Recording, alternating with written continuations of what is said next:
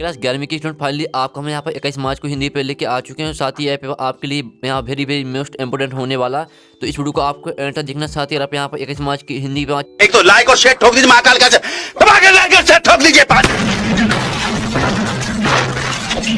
पूरा साल मेहनत करता हूँ आपके लिए बेटा, ऐसा नहीं चलेगा, ऐसा नहीं चलेगा। अच्छे मार्क्स लेना चाहते हैं तो इस पेपर को आपको यहाँ जरूर करना, ठीक है स्टूडेंट।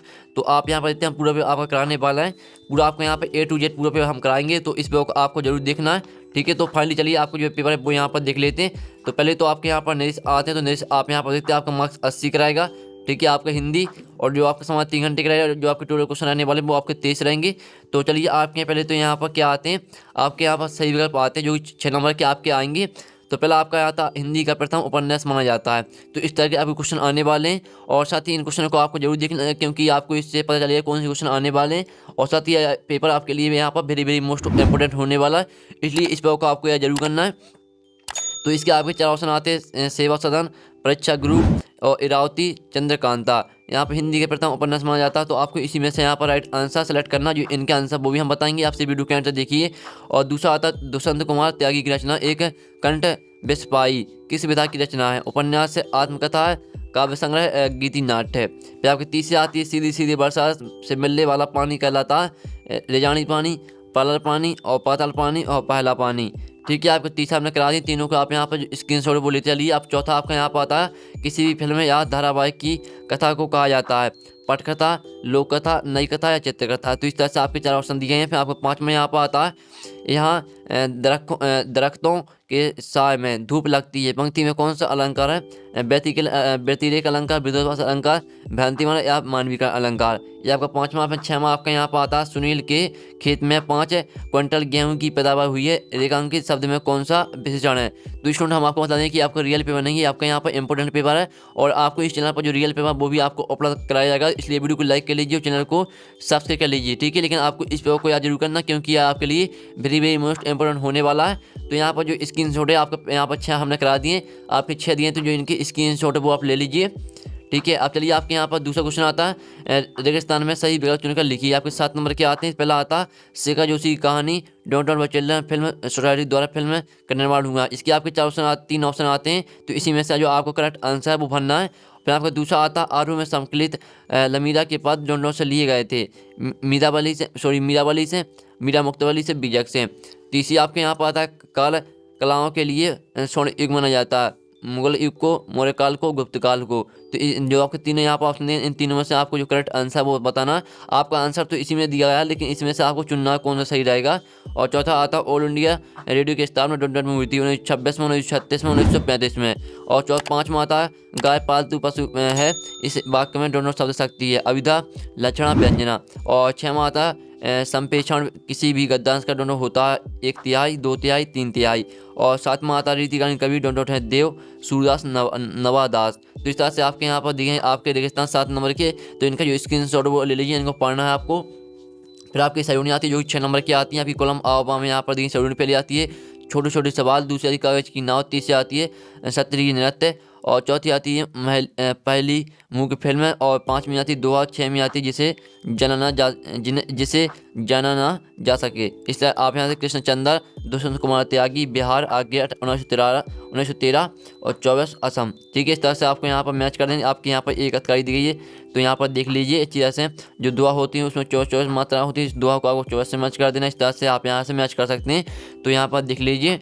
और जो आपके यहाँ पर तो हमने आपकी शेड्यूल करा दी, तो इनका स्क्रीन से उखाड़ लीजिए। अब चलिए आपके यहाँ पर आते हैं एक साथ वाक्य में होता है जो कि 7 नंबर के आते हैं, तो इसका भी स्क्रीनशॉट ले लीजिए। पहला आता बनर नामक बाल पत्रिका का संपादन किसने किया? दूसरा आता रमेश मोहन को अपने साथ कहाँ ले गया था? और तीसरा आता अनुपम मिश्र ने पर्यावरण संबंधी मुद्दों पर कौन कौन सी पुस्तकें लिखी हैं? और चौथा आता ब्यूट से क्या आशा है? और 5वां आता श्रृंगार परक रचना में कौन सा गुण पाया जाता? और 6वां आता निपात शब्द किसे कहते हैं? इन निपात किसे कहते हैं? और 7वां आता भारतेंदु के एक निबंधकार का नाम लिखिए।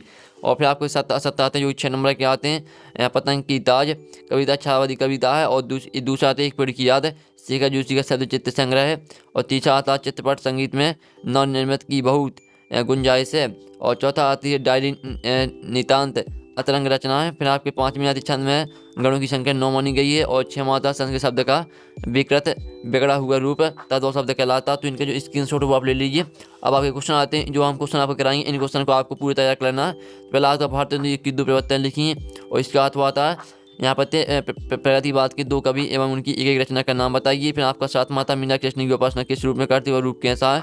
2 नंबर का अर्थ आता है आओ मिलकर बचाएं, कविता में कवित्री बच्चों और बड़ों के लिए क्या बचाना चाहती है। फिर आपका 8 माता जीवनी और आत्मकथा आपको अंतर लिखना है 2 नंबर का, और अथवा था कहानी और उपन्यास में अंतर बताइए। फिर 9वां क्वेश्चन आता है नौकरी में ओहदे की ओर ध्यान मत देना तो पीर की मजा रहे, यह कथन किसने किससे कहा। अथवा था किसान समानता भारत माता से क्या अर्थ लेते थे। ये आपका 2 नंबर का क्वेश्चन है, तो इनका जो स्क्रीनशॉट वो आप ले लीजिए। इनको आपको पूरा अच्छी तरह से तैयार कर लेना है। फिर आपका 10वां क्वेश्चन आता है। 10वां क्वेश्चन देखते हैं लता की गायन की 2 विशेषताएं बताइए। अथवा आता नृत्य और नृत्य में क्या अंतर है। 11वां क्वेश्चन देखते हैं अंतर व्यक्ति संचार से क्या आशा है। 2 नंबर का अथवा आता शब्दकोश एवं संदर्भ ग्रंथ में क्या अंतर है। फिर आपका 12वां आता भ्रांति मार्ग एवं संधि अलंकार बताइए। अथवा आता हास्य का उदाहरण लिखिए। फिर आपका 3वां क्वेश्चन आशा प्रसाद गौड़ की पंक्तियां लिखिए। अथवा आता व्यंजना शक्ति को उदाहरण द्वारा स्पष्ट कीजिए। आपके 2 नंबर के क्वेश्चन चल रहे हैं, तो इनके स्क्रीनशॉट ले चलिए।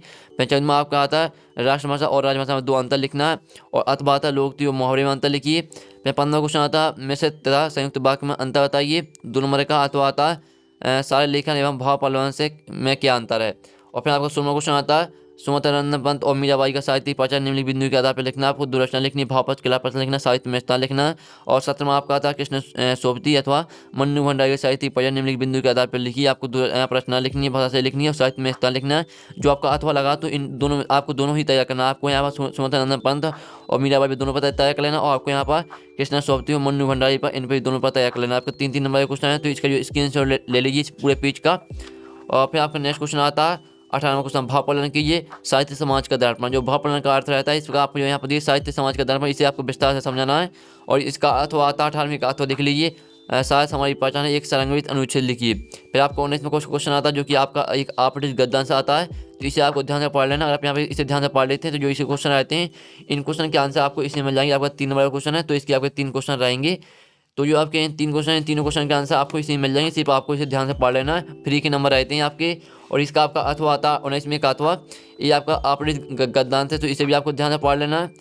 पद्यांश है, तो यहाँ पर देख लीजिए, इसे ध्यान से पढ़ लीजिएगा। और जो इन क्वेश्चन रहते हैं इन क्वेश्चन के आंसर आपको इसी में मिल जाएंगे। जो आपका पद्यांश रहता है, पद्यांश की यहाँ पर अपेक्षा आपका यहाँ पर जो गद्यांश है ये काफ़ी सरल रहता है, तो इसे गद्यांश आप कर सकते हैं।